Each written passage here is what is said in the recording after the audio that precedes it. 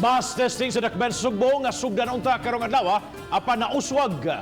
Samtang mga tao at dunay managlahing opinyon sa ipahigayon nga mass testing. Ano ang report?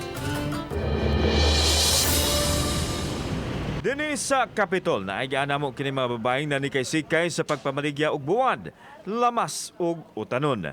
Kini ang ilang pamaagi aron magkasugakod sa kalisod nga nasinati. Nahadlok man sila sa COVID-19 apan nabalaka sila sa mass testing kay wa sila masayod sa proseso kay basin kun matakdan kuno hinuon sila. O yun hinuon sila sa mass testing. Okay ra mo aning mass testing? Oo, okay ra. Mas maayo man sad na ingon na sir, kay walo sad mi unsay kanba. Pag may nga unsay gusta.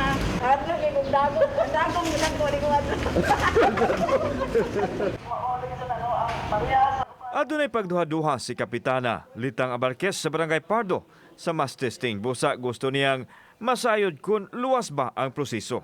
Pero ikaw, personally, o yun nakaani, wa kay mga kabalaka, mga apprehension ni mo ani? Murag, kung ako'y pagbuton, murag dili lang siguro ko. No, kay wa man ko'y nakita. Nga accuracy ba?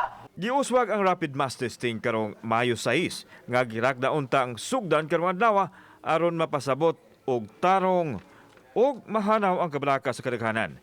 Kabahin kini sa program Balik Buhay sa tulo ka mga urban cities isip transition period gikan sa enhanced community quarantine ngadto na sa general community quarantine. Kini ang strategic massive testing nga scientific, calibrated ug evidence-driven nga mao'y basihan sa pagbalhin ngadto sa GCQ.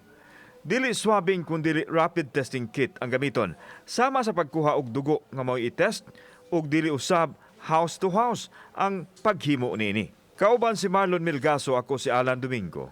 Balitang Bisdak.